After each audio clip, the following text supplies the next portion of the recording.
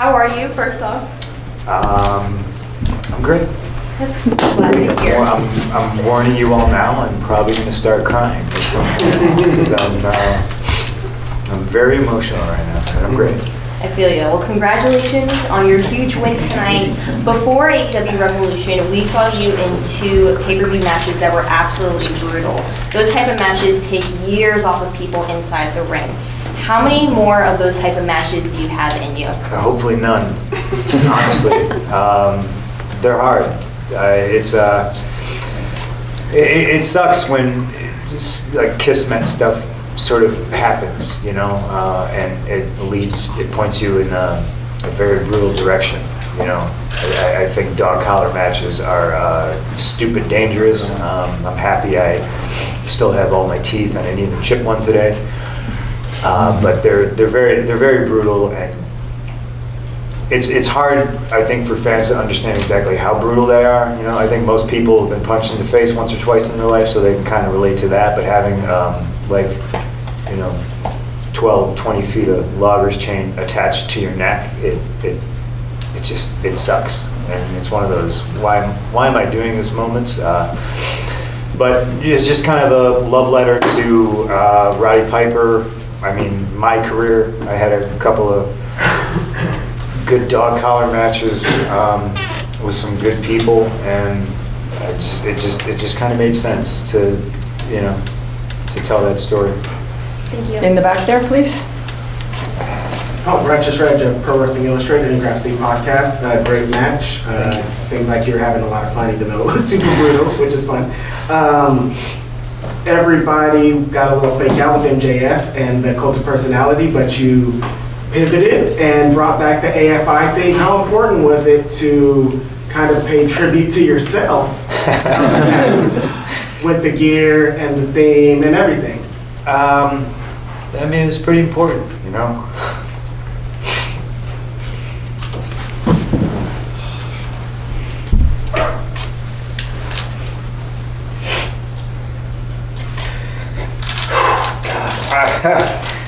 I loved ROH so much, you know, and I can't explain how happy I am that like, my footage, it's in good hands, you know. It's just good to know that it's in the hands of somebody who treat it well. I literally feel like my baby is in somebody's hands that I know will raise the child the right way and do good things with it. And you know, it won't get made into just some tab on a shitty, confusing app that's hard to navigate. And the boys don't get paid anything off it, you know what I mean? So it's just, it was, you know, it's very good. But to kind of pay homage to, you know, myself and stuff like that, listen, I didn't get to do this for 7 years. This didn't exist for 7 years for me. And, you know, obviously the truth is that I love professional wrestling very much. So, you know, to come back and to be able to, for 6 months, you know, it's not just do whatever the fuck you want. It's doing whatever the fuck you want and being cocky enough to know that your way is not the right way. There's never only one right way, but it's fucking good.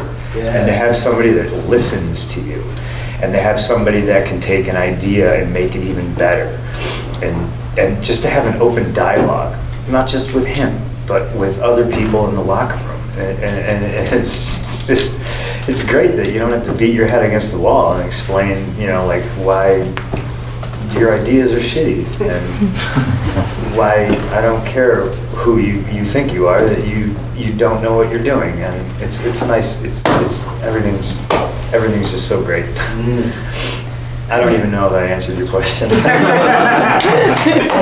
Thank you. In the back, please. Brian Rhodes, ESPN West Palm. You were away from wrestling for a while. How special is it to have these positive feelings about pro wrestling again? I'm sick of crying. Today's been brutal crying. First time I cried today is when they showed me my ring jacket.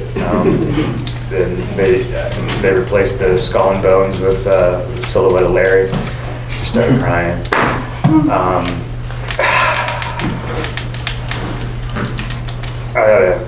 After my match, somebody came up to me. I don't need to say who, and they were just like, "You're gonna hate me for saying this, but I do this because of you." You know, I saw Straight Edge Society, and I was blown away. And I went to WrestleMania to watch you and Rey Mysterio, and I got into wrestling because of you.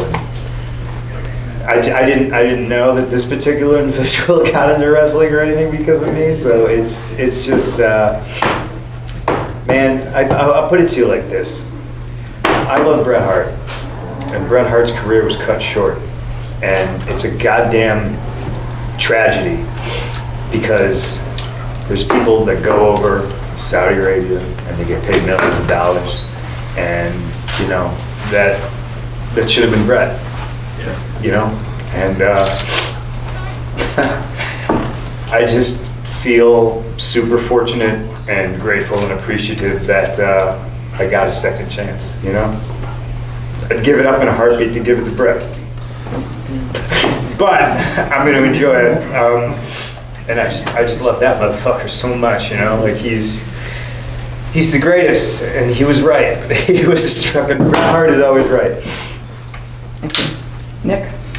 Punk, you, thank you. Punk, Nick Hausman with Wrestling Inc. You participated in a very emotional Esquire piece in the past week or so, and I think it showed a lot of people a different side of you that I don't know that I ever expected you to do that and put that out there like that. How did you get sold on participating in that, and what does it mean to you to have the full story, at least from your perspective, the perspective of many others in your life? Man, I don't know, Betty. It's not the full story. All that stuff is really, really hard to talk about. I don't like talking about myself, like, you know, and especially about all that stuff. But again, I think it's pretty important to illustrate that I came out on the other side. You know what I mean? All that shit could have destroyed me, you know, being unjustly sued, and, you know, a lot of people could have stood up, said something, helped out, you know, but they didn't because, you know, they value their jobs or whatever. And, you know, a lot of them are now fired and work here now too, so that's always interesting. It's just important to show people that, you know, recognize when you got a second chance, jump on it, and be grateful and appreciative, you know. I think so it's important to tell those painful stories. Thank you. Next question. Jose Montesino from Lucha Libre Online. First of all, I want to thank you. I have this tattoo here. I tattooed this when I have 14, 15 years old. I'm going to explain you why. I'm just going to keep crying. It's cool. I was in high school and I was having a lot of issues with people. I was realizing that I have a lot of issues with people too. I realized that society was having a lot of issues, and watching you raise your voice helped me to be the guy that I am today. With that being said, who do you see in the back and you say, hey, this guy reminds me of me when I was beginning? I mean, I just look at like every single young kid. I think there's a lot of young kids back here. They're barely 25. You know, some are teenagers, and I think it's important to treat them the way I wanted to be treated by people that were in, you know, management roles and abuse them. You know, I think it's important to listen to every voice back there, and again, my way's not the right way, but you know, we can always talk about stuff and figure out what the best idea is, and I try to just kind of lead by example. I don't, you know, I never pretend to be a leader or anything like that. I just try to treat people the way I wanted to be treated. and hope that they can, maybe learn from watching or asking questions or stuff like that. There's a lot of people. I'd waste all your time because I would just literally name everybody in the locker room. I do think, just from a youth movement standpoint, AEW is in really, really good hands. Niger, front row.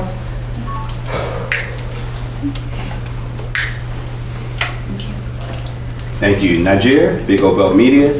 I know you're having a lot of fun in the wrestling ring right now. Any chance we see you back on the big screen in any capacity?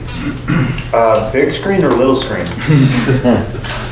Yeah, I'm actually way too busy right now. I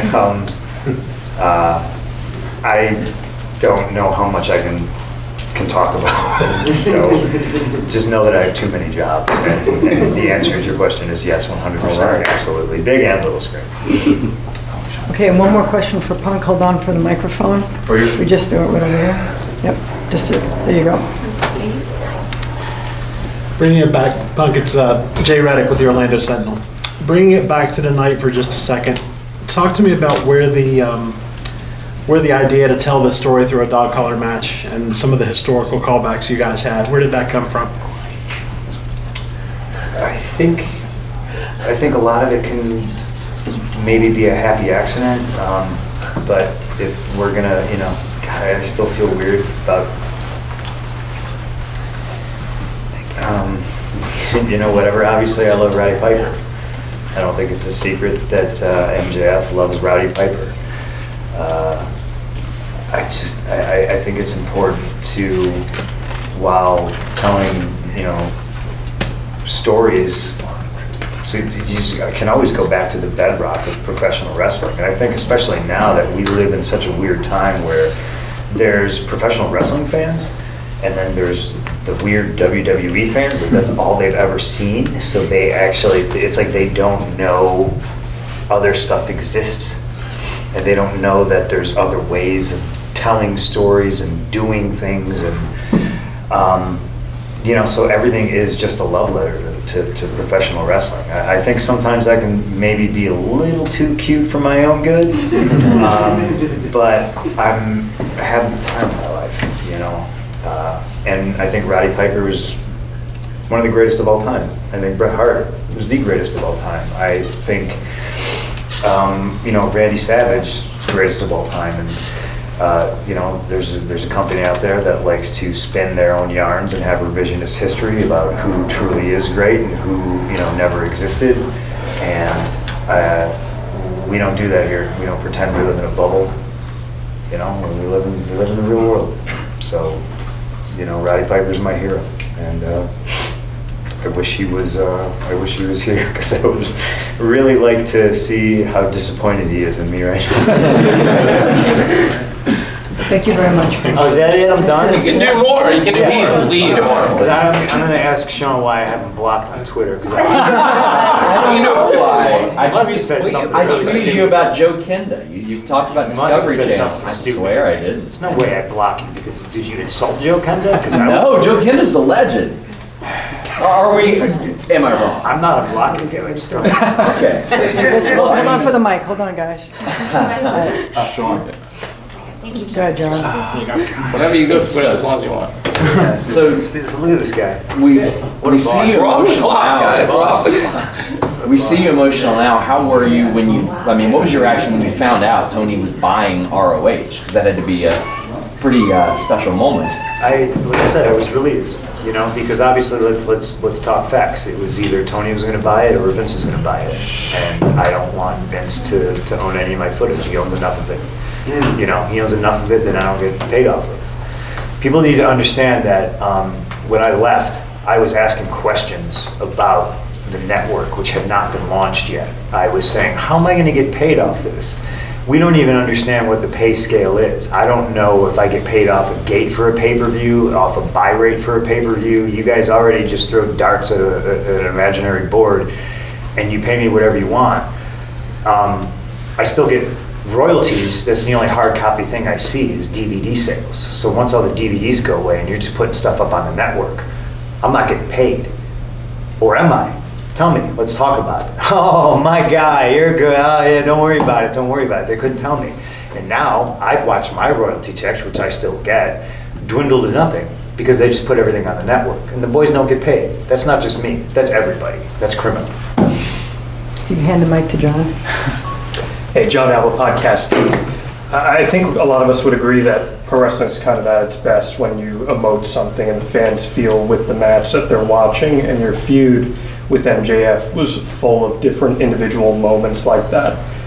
When you look back on this, how proud of the story that you told are you, and what was your experience like working with Max? I'm super proud of it. I do not say this lightly. I could be done again, you know? I wasn't having so much goddamn fun.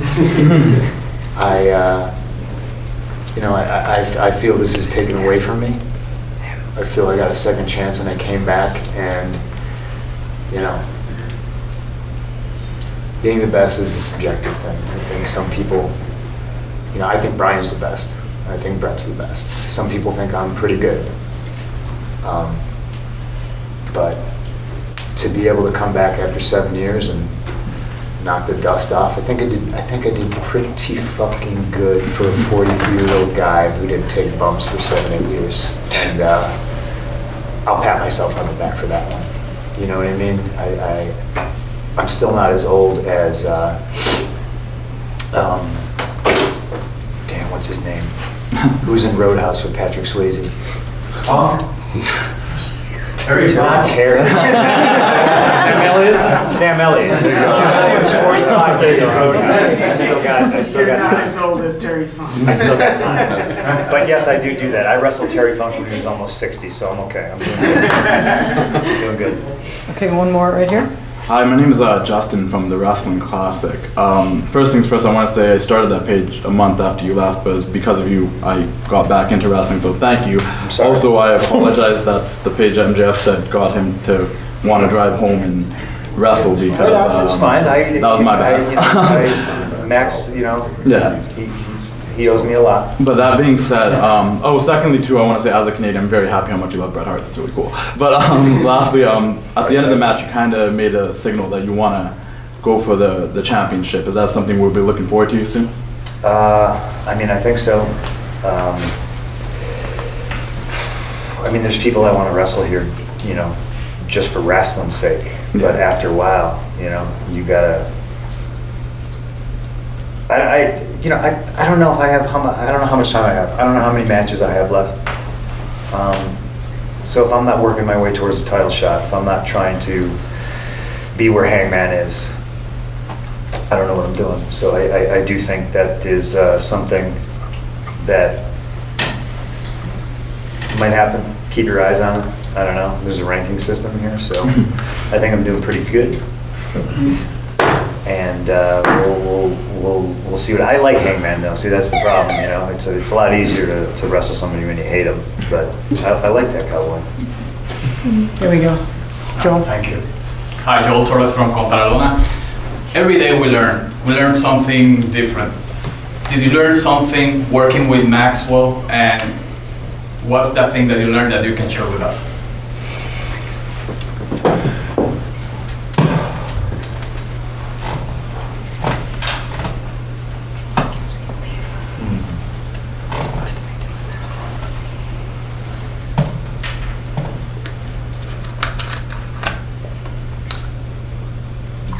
I learned that there's hope because there's kids just like me who love the business for all the right reasons, and just kind of love the classics, you know. It's like kids still start garage bands and play Ramones covers, you know what I mean? And you know, fuck him, but Max is one of those kids. You know, he it's weird, right? Because he's a kid who grew up and he was a WWF fan, but he's kind of a savant because he went back and like he watches like some of the most obscure stuff, and he loves all kinds of wrestling except for maybe New Japan. I think he hates New Japan. But just knowing that there's kids like that put in the work, that study the history, and they get it, and they're respectful, and just there's hope. Thank you. Last question with AJ. Once again, great match tonight. Thank you. And how was your time training with Harley Race? Research done. There's hope for a generation.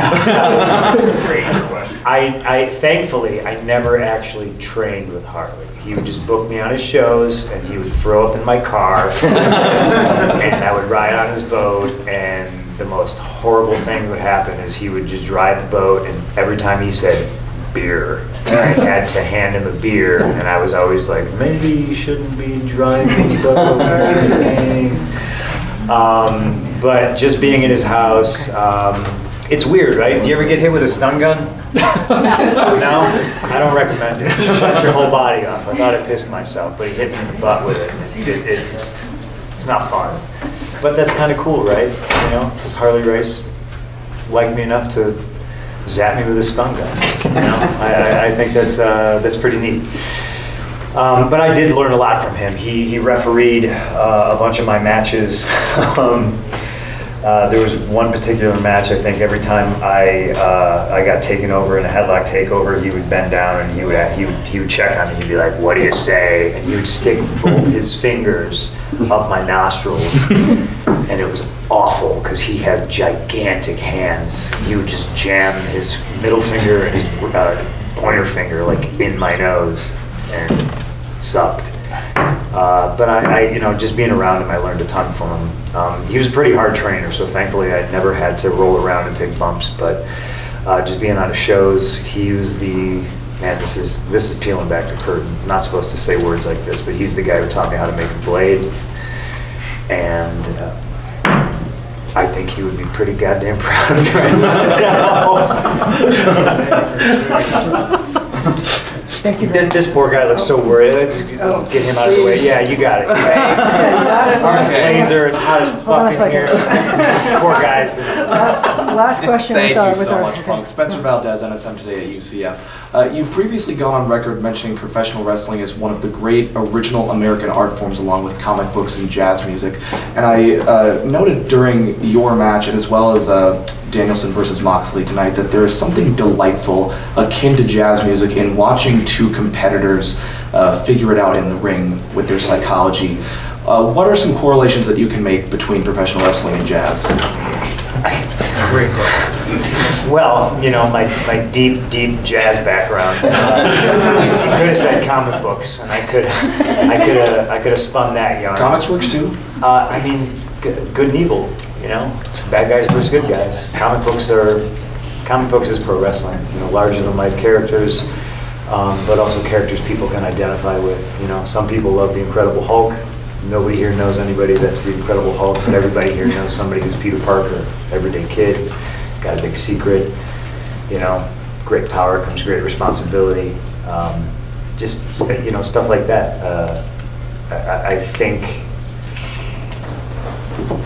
a lot of the times we are larger than life characters, but then you get a guy like me who's pretty much not. There was a quote in that Esquire piece from me. I think it was from a young lady named Lindsay Kelk, and she said that you knew when the Undertaker was done, he was changing out of his gear and he was getting in a car and he was driving home or whatever, and you can't really picture that guy in the top hat, driving a car or whatever. But CM Punk was, I'm one of you, and when I win, you win, because chances are you know a dude like me. I wear fucking sneakers for too long until my back starts to hurt because I've worn out the soles, and I have one pair of jeans, and I wear a hoodie And I love my dog and my wife, you know what I mean? And I wear my heart on my sleeve, and honest to a fault. And so I think a lot of times kids can watch that and see that, and it's just like sometimes picking up a comic book and reading a comic book and seeing a kid like Peter Parker, who's just like, he goes to high school, he lives with his Aunt May, you know? Just stuff that can humanize people. So I think that's how those two things are similar. And jazz and pro wrestling, if you got me and you got Brian right now and you told us to go in the ring and wrestle for 30 minutes, we'd be like, yeah, fine. And we gotta talk about shit just like a good jazz musician. You can get up on stage, never meet the bass player, doesn't know who's playing drums behind him, and can just do whatever. Go. Awesome. Thank you very much. Thanks, guys. Thank you, guys. I appreciate everybody. Thank you for doing what you guys do, and thanks for coming to the show. Thank you. Thank you. I'm sick of crying.